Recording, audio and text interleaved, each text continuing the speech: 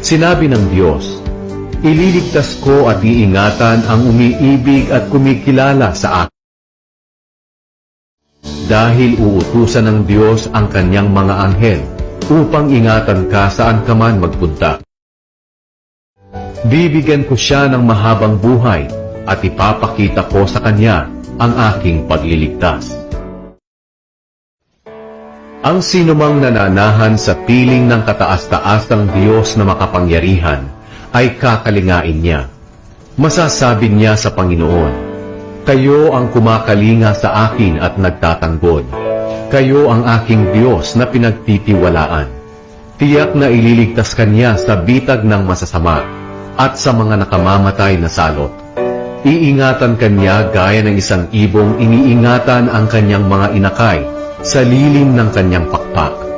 Iingatan ka at ipagtatanggol ng kanyang katapatan.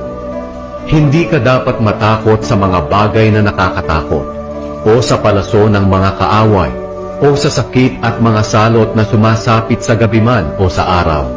Kahit libo-libo pa ang mamatay sa paligid mo, walang mangyayari sa iyo. Makikita mo kung paano pinaparusahan ang mga taong masama. Dahil ginawa mong kanlungan ang Panginoon, ang kataas-taasang Diyos na aking tagapagtanggol. Walang kasamaan, kalamidad, o anumang salot ang darating sa iyo o sa iyong tahanan. Dahil uutusan ng Diyos ang kanyang mga anghel upang ingatan ka saan ka man magpunta. Bubuhatin kanila upang hindi masugatan ang iyong mga paa sa bato. Tatapakan mo ang mga leyon at mga makamandag na ahas. Sinabi ng Diyos, ililigtas ko at iingatan ang umiibig at kumikilala sa akin. Kapag tumawag siya sa akin, sasagutin ko siya. Sa oras ng kaguluhan, sasamahan ko siya. Ililigtas ko siya at pararangalan.